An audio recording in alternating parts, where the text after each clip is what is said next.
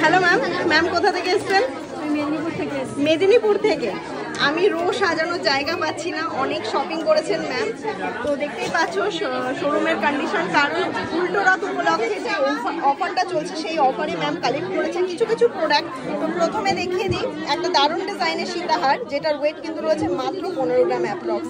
আর তোমরা তো জানোই আমাদের কাছে কিন্তু 8000 অ্যাপ্রক্স থেকে যেই পার্লের চোকার 8000 থেকে 10,000-এর মধ্যে সেই রকম দুটো পার্লের চোকার ম্যাম নিয়েছেন এবং সাথে নিয়েছেন মোস্ট ডিম্যান্ডিং কাভারওয়ালা।